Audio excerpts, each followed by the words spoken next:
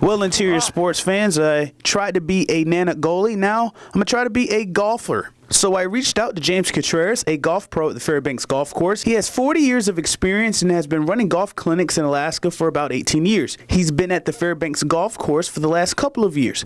But before we take a swing, the first tip is to have the right equipment. What are we looking at when we're looking to our golf clubs? What do we need?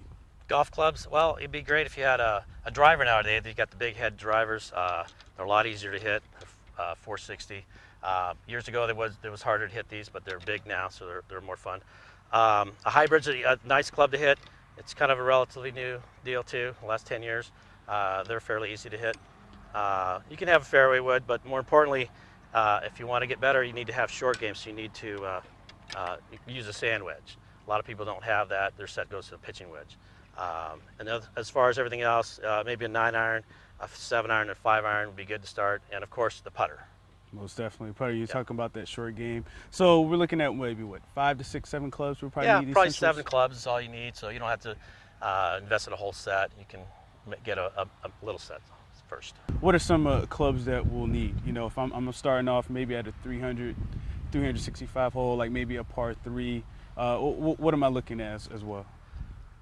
Well, same thing. So on a long par 4, you'd hit a driver, and then probably maybe a 7-iron, and then maybe chip and putt. So that'd be good. A par 3, that hole, then you just need to use one of your clubs. A lot of people use maybe a 7-iron from 150 yards or something like that. So, until you get better, these clubs should go 10 yards apart if you're a better golfer.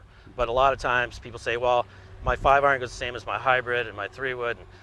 So until you get the proper technique, a lot of clubs will go the same distance, it seems like. So, you don't really need to keep changing all the clubs if you're fairly new.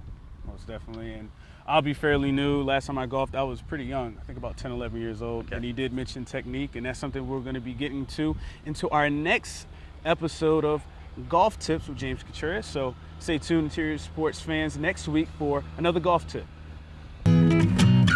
Golf Tips.